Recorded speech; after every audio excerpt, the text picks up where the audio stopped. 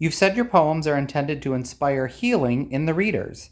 How does your poetry do that?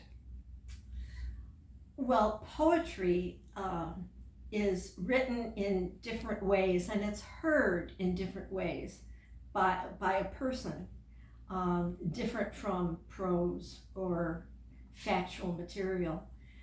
It has rhythm to it, and the words are put in a different kind of order so that it's heard in a different part of the brain that can possibly soften and open up a person to hearing something different than might be ordinarily heard.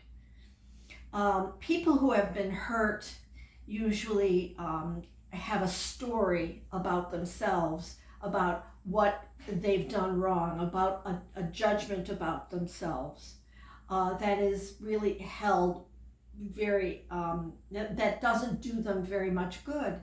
But if a poem is read and touches into a softer part of the person's consciousness, there's a possibility of a different story being inspired, a story about oneself that can be much more productive and feel much better for a person. Where do you get the inspiration for your poems? Well, the inspiration comes to me usually during meditation. Perhaps a word will come up. I have a poem that started off with a word being given to me about a slanted line, and I don't even know where that poem is, but it started off with a slanted line, and I just went from there. Um, uh, the idea is to allow a given word to rest in my mind and then wait for the next word to come. That means the ego has to kind of be pushed to the side a little. The poor ego is trying so hard to protect me against embarrassment and shame, but I have to let that rest and just wait for the words, and they always come. Sometimes a poem will be inspired because a thought is coming to me about an experience in life.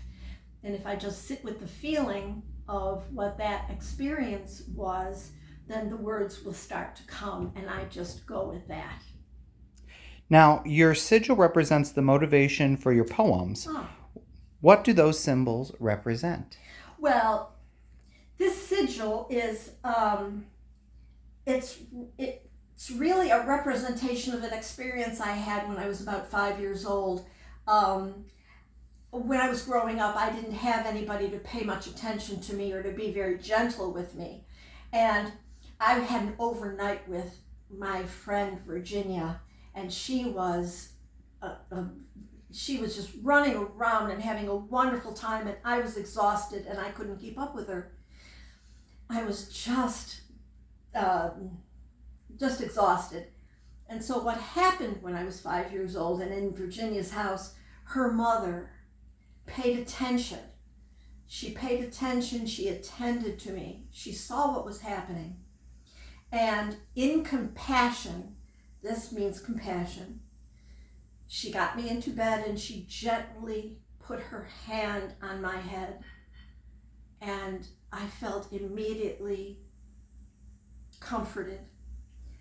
And she said to me, "It's all right, you poor thing. I'll take care of you." That was a connection that she made with me, and that represents connection.